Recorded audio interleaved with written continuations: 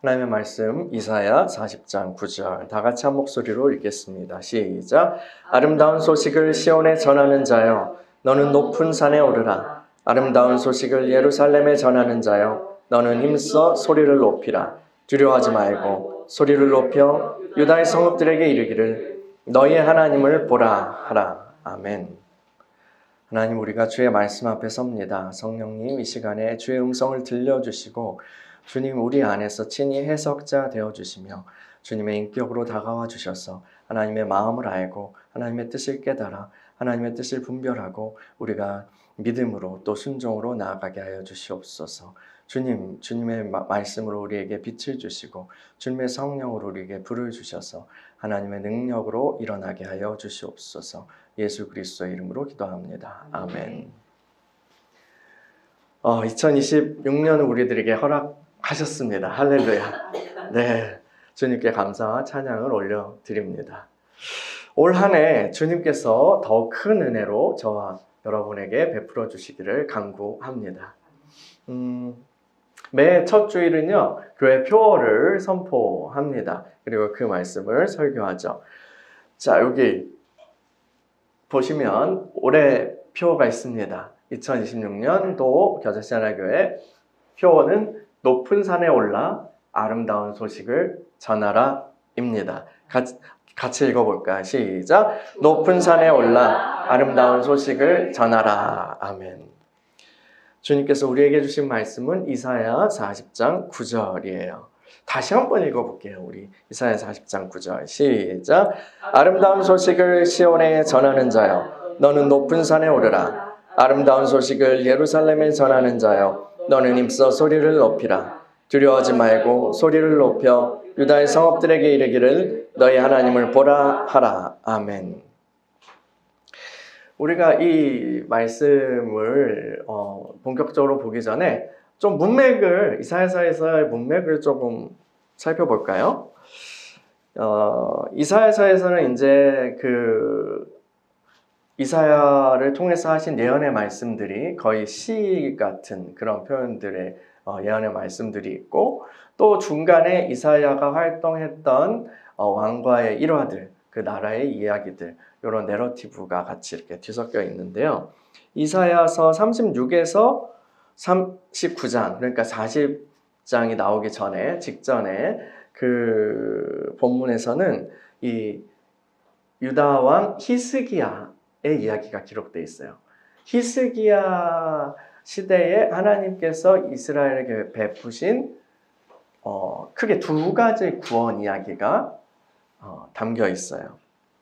이 히스기야가 왕이 된 지 14년째 해에 아수르 제국이 유다를 침공해 왔어요. 이때는 이미 북이스라엘은 아수르에 의해서 완전히 공중분해된 상태예요. 망했어요. 초토화된 상황이었어요. 그리고 이제 시간이 흐르고 이제 아수르가 유다도 먹어야겠다. 유다도 우리가 접수해야겠다 하고 쳐들어온 거죠. 굉장한 위기예요. 그 잔인한, 그 강한 그 아수르 제국이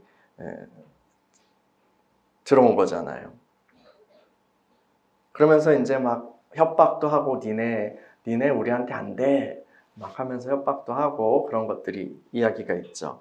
그래서 히스기야가 하나님을 붙들어야 하나님께 간절히 그렇게 기도합니다. 하나님께서는 선지자 이사야를 통해서 유다가 구원을 얻을 것이다 라고 응답하시죠. 그래서 이 아수르가 오히려 당하고 가요. 하나님께서 유다를 구원하시죠. 근데 또 한 가지 구원 이야기가 나와요. 또 한 가지 구원 이야기는 이 히스기야 개인에 대한 거예요. 히스기야가 이제 나이도 들었고 어느 날 병이 들었어요.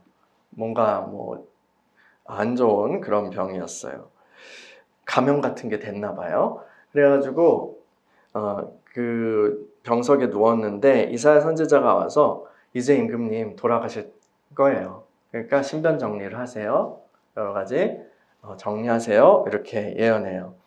그걸 듣고 이제 히스기야가 통곡하면서 하나님 앞에 엎드려 기도하죠. 막 울면서 기도해요. 그래서 하나님께서는 그 왕의 기도를 들으시고 그 히스기야의 생명을 15년 연장시켜 주십니다. 얘기가 그래서 행복하게 살다 갔습니다. 이렇게 끝나지 않고요. 이 히스기야가 죽지 않고 살았다는 그 소식을 듣고 저 북쪽의 바벨론 제국, 이제 아수르 다음으로 이제 강자로 떠오르고 있는 그 바벨론 제국의 왕이 그 히스기야 왕이 병석에서 일어났다는 것을 축하하기 위해서 사신들을 보내요. 사신들을 축하하러 사신들을 보내는데, 지금 떠오르는 그 제국의 왕이 나한테 이런 호의를 하면서 히스기야가 굉장히 살아나기도 했고, 그러니까 좀 들뜬 모양이에요. 굉장히 들떴어요. 그래가지고 이 사신들한테 우리나라엔 이런 보물도 있어요, 저런 보물도 있어요. 창고를 다 열어가지고 그 유다에 있는 큰 좋은 보물들을 다 보여줘요. 그리고 자랑해요. 근데 이 행동이요, 참 어리석은 일이었죠. 분별 없이 그렇게 행동한 거였어요. 이 사신들은 분명히 그랬을 거예요. 이렇게 작은 나라에 먹을 것이 많네. 그래서 장차 잘 준비해가지고 유다를 먹어야겠다. 그래서 이제 히스기야의 때는 아니지만 그 후에 몇 대 왕이 지나고 나서 장차 이 바벨론의 침공을 받고 결국 남유다도 망하죠. 보물을 다 털리게 되죠. 성전도 무너지고 포로로 잡혀가고 그래요. 여기까지가 39장의 내용이에요. 39장의 내용이 딱 있어요. 히스기야가 보물 보여줬다가 이제 털리게 된다. 그런 예언을 한 거예요. 그러니까 히스기야는 그래도 내가 살아있을 땐 그 일이 안 닥치니까 괜찮아요, 주님 감사합니다. 그냥 이 정도 생각해요. 이 히스기야의 지금 이야기가요, 하나님께서 베푸신 두 번의 구원 이야기거든요. 두 번의 큰 구원 이야기인데, 근데 이 구원이 완전하지가 않아요. 영원하지도 않고요. 오히려 그 결과로 망하는 흐름으로 이어져요. 그래서 이 이사야서를 최종적으로 묶은 사람이 의도했을 거예요, 분명히. 그리고 그 뒤에 성령께서 계셨겠죠. 이 40장을 그 뒤에 이렇게 붙여서 어두운 결말 뒤에 소망의 예언을 그렇게 전하고 있어요. 그 예언을 배치해요. 40장은 우리가 가진 성경에서 소제목이 있으면 희망의 말씀 이렇게 돼 있잖아요.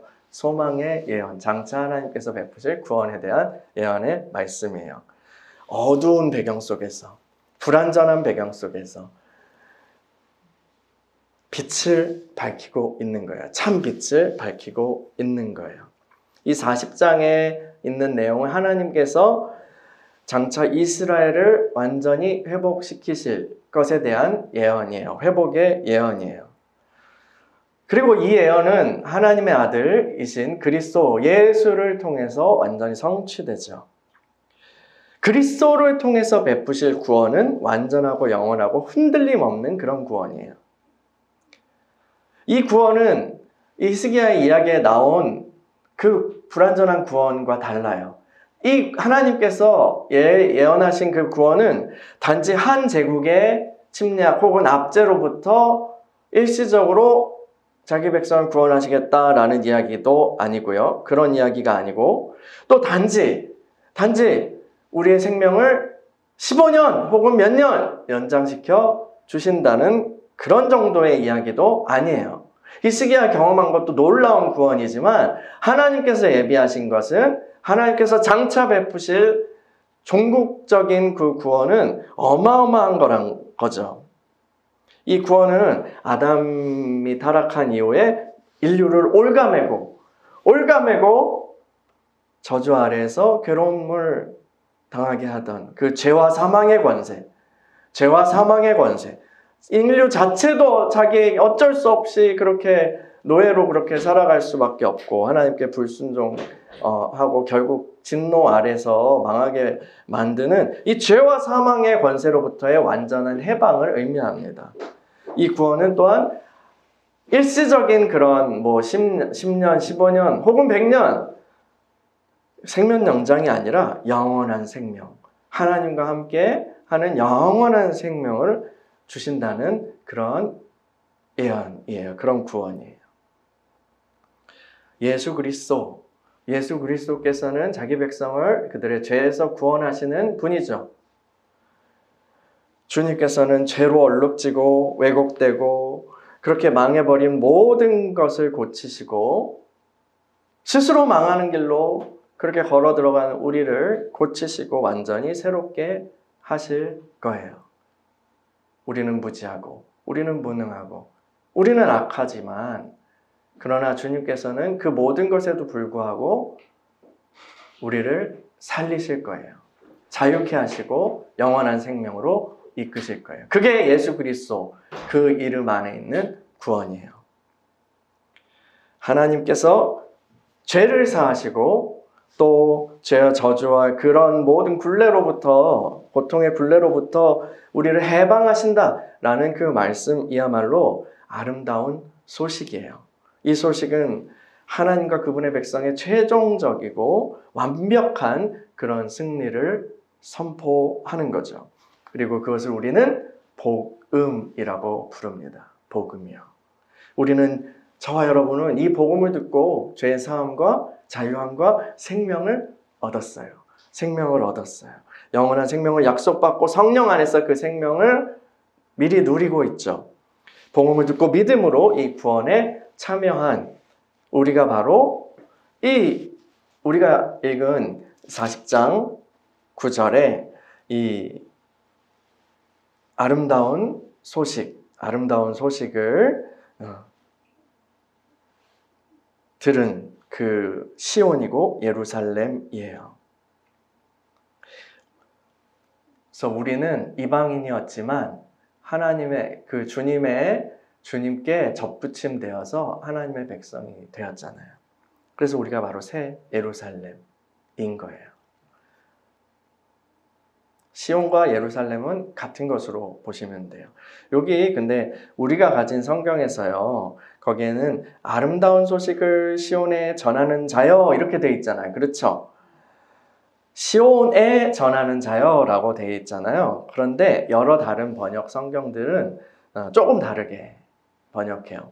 아름다운 소식을 전하는 시온아, 예루살렘아 이렇게 해요. 그러니까 소식을 전하는 주체가 바로 시온이고 예루살렘이에요. 회복된 하나님의 백성들이 또한 아름다운 그 복음을 전하는 거죠.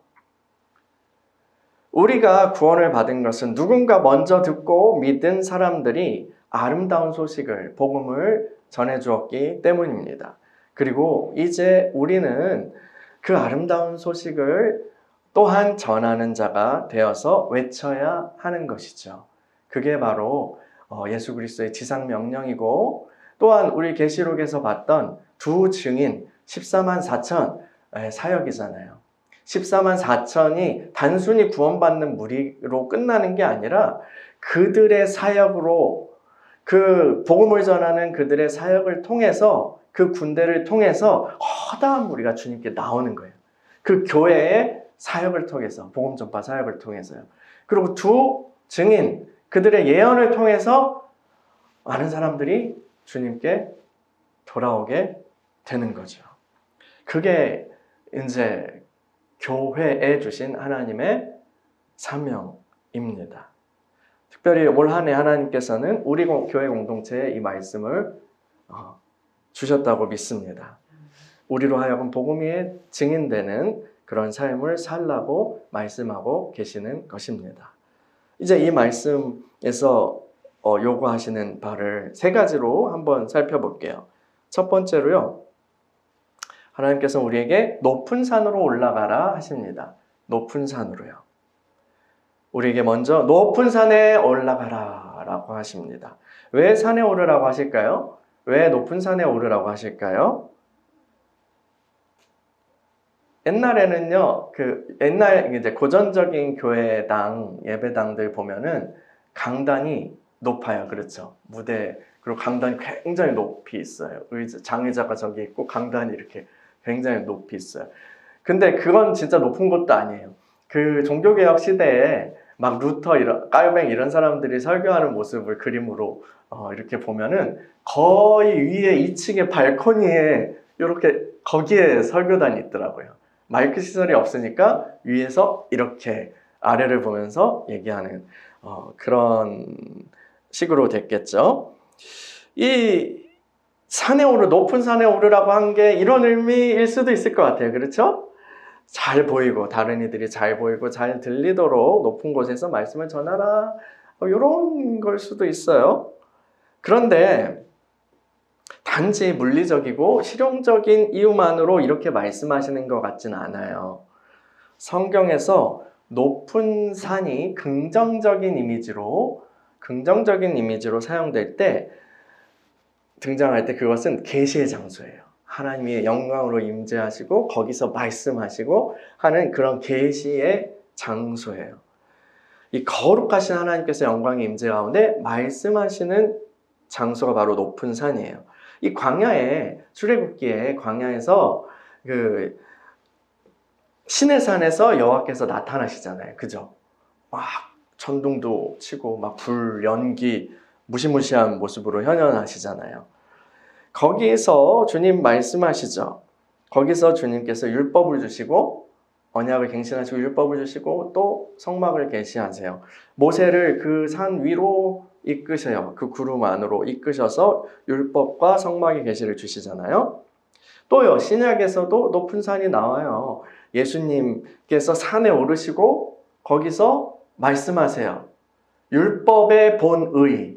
모세는 이렇게 얘기했지만 나는 너에게 이렇게 말한다 하면서 더 원래 그 율법을 주신 하나님의 마음에 대해서 이야기하시죠. 그걸 우리가 산상설교, 산상수훈이라고 부릅니다.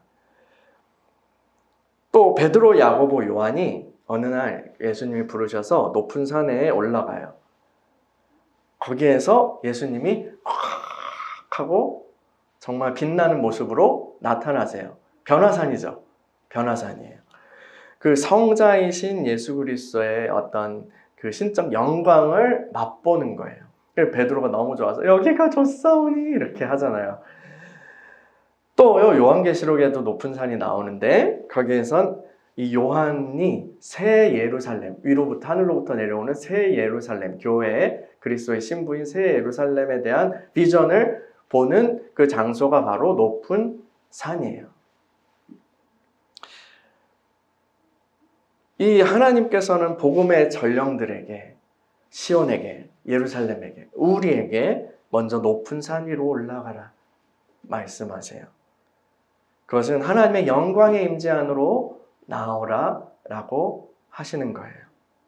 여러분, 우리가 먼저 그분을 알아야 그분의 증인이 될 수 있지 않겠어요? 주님께서 주시는 구원을 우리가 체험하지 못했는데, 누리지 못했는데 어떻게 다른 이들에게 그 주님을, 복음을 전할 수 있단 말입니까? 하나님과의 생생한 관계를 시작하고 그분과 교제하고 동행하는 삶을 살아가지 않는다면, 신자가 그 안으로 들어가지 못했다면 우리는 정말 확신을 가지고 복음을 전할 수 없을 거예요. 그래서 우리는 먼저 높은 산으로 올라가야 합니다. 하나님을 알고 하나님의 말씀을 듣고 성령의 선물을 통해서 하나님이 베풀어 주신 그 은혜와 모든 풍성한 것들을, 생명과 모든 풍성한 것들을 체험해야 합니다. 여러분, 사과를 먹어보지도 못한 사람이 사과를 다른 이들에게 추천한다고 생각해 보세요. 얼마나 어려워요. 이거 빨갛고 달콤하고 새콤해. 먹어봤어? 아니, 일단 나는 아직 못 먹었는데 이거 진짜 맛있대. 이렇게 할 수밖에 없지 않겠어요? 근데 먹어본 사람은 어때요? 우와, 정말 맛있어 라고 하겠죠. 그리고 그 말에 힘이 있겠죠. 여러분, 우리가 높은 산으로 올라가서요, 하나님을 체험하는 공동체가 되기를 원합니다. 진짜 등산하자는 얘기는 아니에요. 등산하셔도 되지만요. 높은 산으로 올라가는 거 뭐라 그랬어요? 하나님의 임재 속으로, 더 깊은 하나님의 임재 속으로 들어가자는 거예요. 그리고 그 임재는 오직 주님을 사모하는 자들만 맛볼 수 있어요. 주님을 경배하는 자들만 들어갈 수 있어요. 주님께서 시내산에 나타나셨을 때요, 백성들은요, 너무 두려워서 떨었어요. 거룩하신 임재와 그 안에서 말씀하시는 그 천둥 같은 음성이 두려워서 하나님과 거리를 두려고 했어요. 모세요. 모세 선생님, 하나님이 우리한테 직접 말씀하지 않게 해주세요. 그냥 당신이 전해주세요. 반면에 모세는 깊은 어둠 속에 계시는, 그 산 위의 구름 안에 계시는 그 하나님의 영광 안으로 더 깊이 나아갔죠. 그리고 그 영광 속에 계신 주님을 만났어요. 이스라엘 백성들의 이 당시 행동은 정당한 거예요. 왜요? 거룩하신 임재 안에 죄인이 침범하면, 죄인이 조금이라도 잘못하고 함부로 말이라도 잘못하면은 그냥 직사예요. 그 대제사장도 지성소에 함부로 들어가지 못하잖아요. 근데요, 우리에게는 달라요. 왜요? 예수 그리스도께서 십자가에 달려 죽으실 때 성소 휘장이 콱 하고 찢어졌다고 했어요. 성소 휘장이 뭐냐면 성소와 지성소를 가리고 있던 그 암막이에요. 두꺼운 암막 커튼이에요. 그게 예수님이 죽으심과 함께 쫙 하고 찢어졌어요. 반으로 갈라졌어요. 그건 무슨 얘기냐면 히브리서 기자가 해설하기를, 이제는 예수 그리스도의 공로를, 그 피를 의지하는 자들은 누구나 담대하게 그 이름을 의지하여 하나님의 임재 안으로 들어갈 수 있다라는 거예요. 거룩하신 하나님께로 나아갈 수 있는 문이 열렸다라는 거예요. 문이 열렸어요. 두려움 없이 담대함으로 예수님 의지하면 누구나 들어갈 수 있어요. 모세가 그랬던 것처럼 하나님의 영광 안으로 나아갈 수 있어요. 그런데 안 나가죠. 많은 사람들이 사모하지 않으니까요. 그러나 우리는 그 열린 길을 통해서 하나님께 더 깊이 나아갔으면 좋겠어요. 그분의 임재 안에서 경배할 때, 찬양할 때, 예배할 때 하나님께서는 그분의 생명으로 우리를 채워주세요. 능력으로 우리를 채워주세요. 거룩과 사랑과 지혜로 우리를 채워주세요. 여러분, 우리의 예배가, 우리의 모임이 이러한 시간이 되기를 간구합니다. 하나님께서 우리에게 복음의 증인되는 사명을 주실 때는 그냥 맨손으로 가라고 하지 않으세요. 그것을 감당할 능력을 주시면서 우리를 보내시죠. 성령의 능력을 주십니다. 그리고 교회는 그 사명을 감당할 때 어떤 다른 힘이 아니라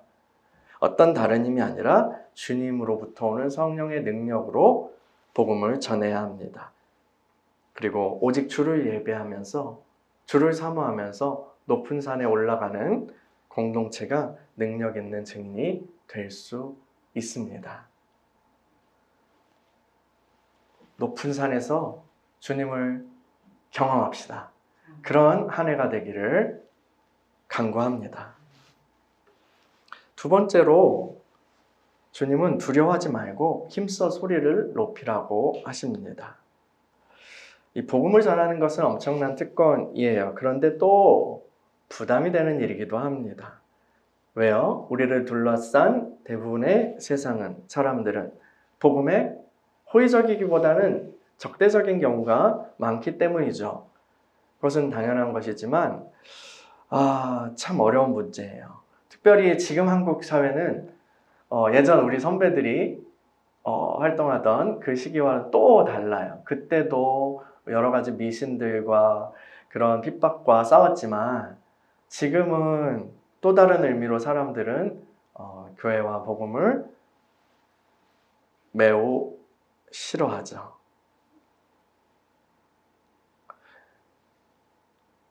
사도들도요, 사도들의 시대도 근데 다르지 않았어요. 사도들도 복음을 전하다가 끌려가서 매를 맞기도 하고 옥에 갇히기도 했잖아요. 다시는 예수 이름 전하지 마라고 협박당하기도 했어요. 근데 사도들은 거기서 위축되고 찌그러지고 이제 그만하자라고 하지 않았죠. 모여서 제자들과 함께 모여서 부르짖어 기도했어요. 부르짖어 기도했어요. 그럴 때 하나님께서는 다시금 성령을 부어주셨고 제자들은 다시 담대하게 예수 이름을 선포할 수 있었어요. 여러분, 우리에게도 이런 담대함이 필요합니다. 용기가 필요합니다. 사실 저 자신부터가 그래요. 저 자신부터가 이게 너무 필요해요. 여러분, 무엇보다 제가 하나님을 의지해서 담대히 복음을 전할 수 있도록 기도해 주세요. 하나님께서 주시는 믿음과 담대함이 저에게 정말 필요해요. 올 한 해 또 여러분들에게도 그 성령으로 말미암는 믿음과 담대함을 부어주시기를 간구합니다. 그래서 믿음과 성령과 큰 확신으로 복음을 증언하는 공동체로 나아가기를 소망합니다. 이러한 은혜를 우리에게 주시기를 기도합시다. 세 번째로요, 너희의 하나님을 보라고 증언하라 하세요. 너희 하나님을 보라 라고 증언하라고 하십니다. 복음을 전파하는 것은요, 단순히 교리적인 명제를 전하는 것이 아닙니다. 사람들을 살아계신 하나님께로 초청하는 거죠. 많은 사람들이 교회를 다니지만 하나님께 여전히 목말라요. 하나님께 여전히 목말라 해요. 살아계신 하나님을 나도 만나고 싶다라는 갈망을 가져요. 그래서 그런 어떤 나는 하나님을 만났어요. 나는 살아계신 하나님의 은혜를 받았어요. 라고 말하는 그런 간증들에 되게 열광하잖아요. 나도 그렇게 되고 싶거든요. 살아계신 하나님이 정말 있다는 것을 보고 싶거든요. 그러니까 그런 간증들을 좋아하는 거죠. 그래. 성경에 계신 하나님이 아니라, 거기만 갇혀 계신 하나님이 아니라 진짜 저 사람이 말한 것처럼 저 사람이 분명히 체험했다고 했잖아. 나도 체험하고 싶어. 라고 하면서 그런 간증들을 좋아하는 거잖아요. 많은 사람들이요, 교회를 다니고 말씀을 배우지만 살아계신 하나님에 대한 그런 확신이 없거나 혹은 적어요. 그냥 들은 이야기, 남이 전해진 이야기 속에서 하나님의 개념만을 배우고 믿는 거예요. 그것으로는 참된 신앙의 관계로 들어갈 수 없죠. 여러분, 성경의 하나님은 지금도 살아계신 하나님이십니다. 그리스도는 어제나 오늘이나 동일하십니다. 그분은 지금 우리의 삶의 주인 되길 원하세요. 또 우리와 소통하시고 우리를 도우시는 그런 하나님이세요. 시편 기자는 하나님의 선하심을 맛보아 알라라고 우리에게 도전해요. 선하심을 맛보아 알라라고 도전해요. 선하심의 교리를 달달 외워라. 시험 본다 이게 아니라 맛보아 알라라고 도전해요. 어떻게 맛보아 알 수 있어요? 교회당에서 배우는 그 언어로, 개념으로가 아니라 내 삶, 지금 내가 이 예배당 밖으로, 산 아래로 내려가서 부딪히는 그런 삶의 현장에서 그 선한 일을 행하신 하나님을 체험할 때 하나님의 선하심 맛보아 아는 거잖아요. 여기가 조사오니 변화산에서 제자들이 그렇게 놀라운 영광을 체험했어요. 그리고 나서 산에 내려가니까 무슨 일이 벌어져 있어요? 귀신 들린 아이를 데리고 와가지고 얘를 고쳐주세요. 제자들에게 그렇게 하는데 제자들이 못하고 있는 거잖아요.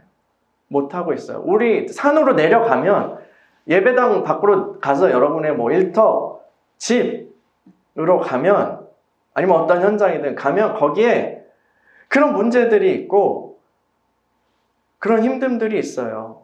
여러분이 그렇게 힘들던가, 아니면 여러분이 사랑하는 사람들이 그렇게 힘든 가운데 있던가. 거기서 예수님이 그 아이를 치료해 주시죠. 자유케 하시고 고쳐 주십니다. 그래서 우리의 일상에서요, 아플 때 치료하시고 속상할 때 위로하시고 공경에서 구원하신 그 하나님을 만나는 게 너무나 중요해요. 그리고 옛날에 장로교 목사님들은 순복음 교인들이나 거기서 전하는 이야기들을 되게 깔봤어요. 지금도 그런 경향이 있죠. 뭐 병 고친다고, 뭐 부자 되려고, 뭐 가난해서의 해방이야, 막 이런 식으로 우리 장로교는 하나님의 그 주권과 이렇게 한다고요. 장로교 교리는 놀라워요. 영광스럽죠. 성경의 복음을 잘 정리하고 있는 전통이라고 저는 믿어요. 그런데요, 삶에 들어가서 그게 이어져야 될 거 아니에요. 하나님의 주권 얘기하고, 지금도 하나님께서 다스리신다, 주관하신다 라고 얘기한다면, 하나님 우리를 사랑하신다, 하나님 선하시다 라고 한다면, 삶에서 부딪힐 때, 삶에서 여러 가지 힘든 부분들을 하나님께 간구할 때, 거기서 그 맛보아 알려면 치유가 있고 회복이 있고 해방이 있고 건지심이 있어야 되는 거 아니에요? 그걸 보여주려고 예수님도 궁극적인 죄로부터의 구원이지만 그 죄로 인한 결과, 왜곡과 귀신 들림과 여러 가지 고통들로부터 구원하신 거잖아요. 하나님의 나라가 이 가까이 왔다, 여기 있다 라는 것을 보여주시는 거잖아요. 우리가 복음을 전할 때에는 그 하나님 진짜라는 걸 보여줄 필요가 있는 거죠. 사도는 말해요. 하나님의 나라는 말에 있지 않다. 하나님의 나라는 능력에 있다 라고 말해요. 우리가 우리의 삶 속에서 하나님의 선하심을 체험하고 또 우리에게 주신 하나님의 능력으로 그렇게 사람들에게 나아가서 그들의 아픔을 위해서 기도하고 또 그들에게 이상한 회복을 베푸시는 하나님을 경험하게 하고 형통하게 하는 하나님을 경험하게 하고 또 우리 스스로가 그런 간증이 되고, 그럴 때 사람들이 하나님이 살아계시는구나 라는 것을 몸으로 맛볼 수 있는 거죠. 심오하게 정말 진리를 처음부터 사랑하고 저 하늘의 신령한 것들을 처음부터 사랑하는 자들은 적어요. 그런 사람들은 특별해요. 고매한 어떤 하나님의 성품을 닮아가고자 하는 갈망을 가진 사람들은 적어요.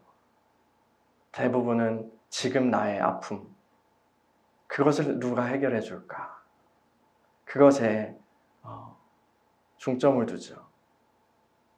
근데 천지 지으신 하나님 여호와, 그분이 도움이시고 그분이 우리의 반석이시고 그분이 우리의 피난처이시다라는 것이 성경이 계속해서 얘기하는 거잖아요. 그 이야기를 하려면 보여줄 필요가 있는 거죠. 하나님은 살아계시다. 지금 생생히 살아계시다 라고요. 베드로와 요한이 성전으로 들어가는데 이제 문 앞에서 동전을 구걸하는 사람이 있었어요. 나면서부터 그 안전뱅이를 만났어요. 사도들이 그 거린을 주목하여 봅니다. 그리고 말해요. 우리를 보라. 이 거린은 뭐 좋은 거라도 주나? 좀 돈 많이 주려나? 해서 쳐다봐요. 그때 베드로가 얘기해요. 은과 금은 내게 없지만 내게 있는 것을 내게 준다. 나사렛 예수 이름으로 일어나 걸어라. 예수 그리스도의 이름으로 일어나 걸으라. 그리고 거린의 오른손을 붙잡아서 일으키죠. 남원서도 한 번도 걸을 수 없었던 그가 일어나 뛰기 시작합니다. 또 모든 백성들이 거기에 모여있던 군중들이 다 흥분해요. 하나님의 구원이다. 하나님의 구원을 행한다 하면서 이 찬양하죠. 하나님을요. 그리고 베드로가 그 사람들을 앞에서 이제 복음을 전해요. 이 일을 행하신 것은 하나님이시다. 우리의 능력으로 한 것이 아니라 하나님께서 행하신 것인데 바로 예수 그리스도 이름의 능력으로 이 일이 일어난 것입니다. 라고 하면서 그리스도의 이름을 증거하죠. 여러분, 사람들에게 예수 이름이 얼마나 필요한지 몰라요. 사람들은 고통 속에 있어요. 힘듦 속에 있어요. 그리고 자기 무지 속에 있어요. 어둠 속에 있어요.